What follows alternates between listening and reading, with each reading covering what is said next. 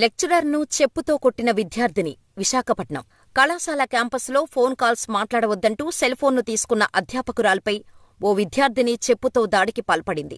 విశాఖ జిల్లా భీమునిపట్నం మండలంలోని ఓ private engineering కళాశాల క్యాంపస్లో జరిగిన ఈ ఘటన సామాజిక మాధ్యమాల్లో వైరల్ అవుతోంది.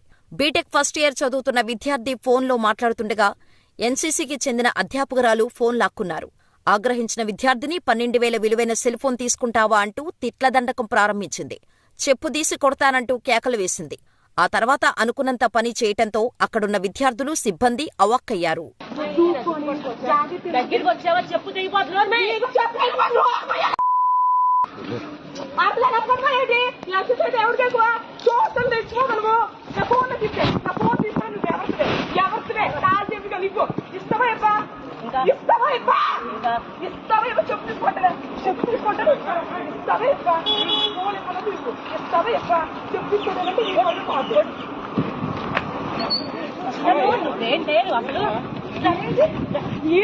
పట్టుకోండి అమ్మాయి నచ్చండి.